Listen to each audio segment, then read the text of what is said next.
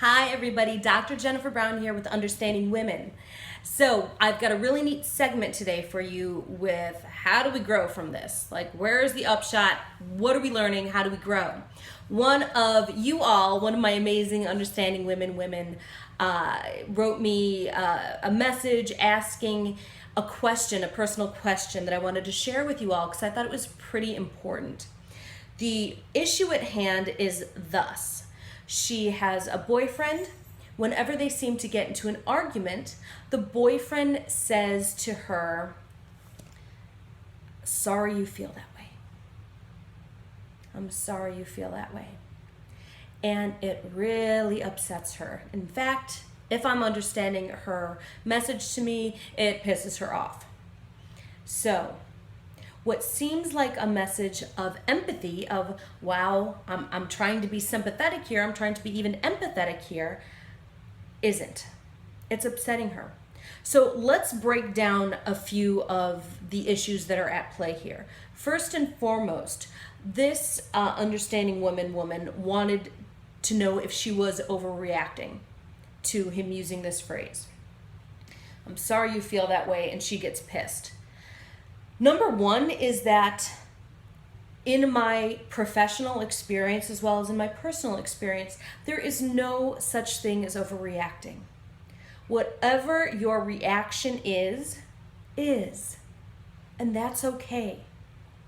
Because whenever somebody is going to judge it as being, you're being too dramatic or you're not being dramatic enough about this, that is them putting their personal spin and their personal take on you and your experience. A reaction is your experience. So number one in trying to grow from this is honor where you are. If you are pissed off by this experience, then go ahead and say, "I'm pissed off by this experience." But I want us to use a little bit of wisdom from the great Buddhist monk and author and teacher Thich Nhat Hanh. In his book on anger, which I believe is just called Anger, he says that you have to deal with anger the way you would a crying baby. If the baby is crying, you don't just let it cry. You go and coddle it. You pick it up. You see what might be wrong. Right? You don't get mad at the baby for being angry, for crying. You go, "What's happening here?" Right? And lovingly, gently, you start seeing what this baby needs in order to feel better. Your anger needs to be treated exactly like that. So if you are upset with your boyfriend, don't go, "Am I overreacting?" You're upset. Treat yourself with enough respect to say, "Something's wrong here. Let's figure out what it is." All right, so that's number one. Honor thyself. You're pissed? That's fine. Your reaction might change as you change. But for right now, respect yourself enough to say, "I'm pissed, and this is what's happening."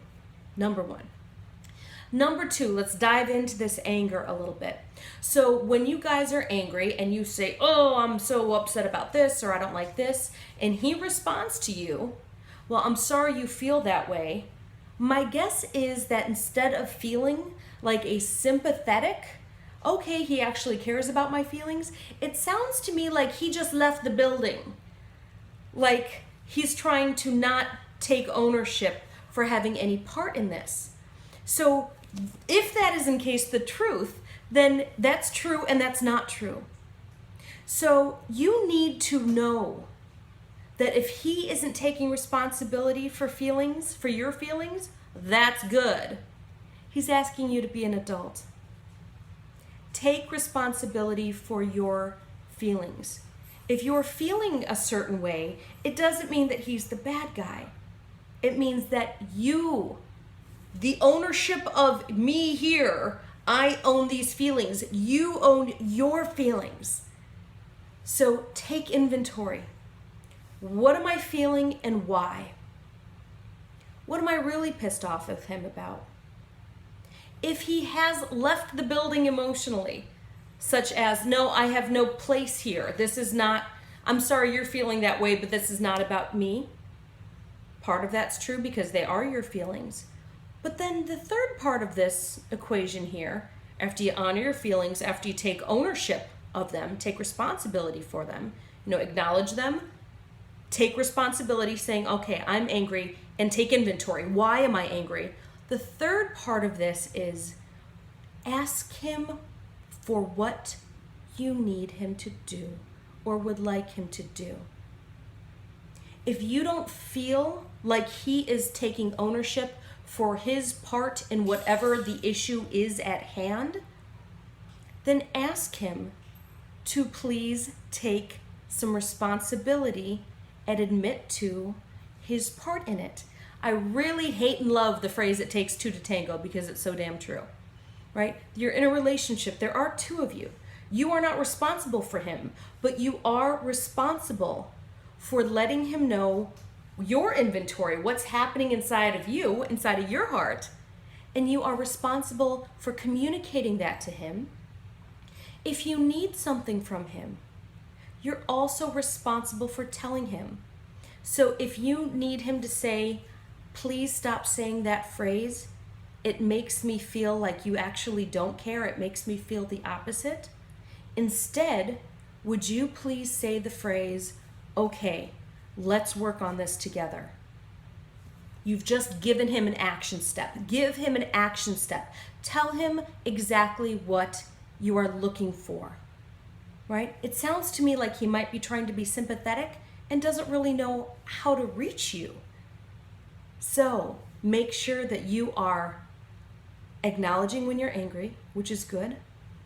2, figuring out what that anger is, i.e. taking responsibility for it.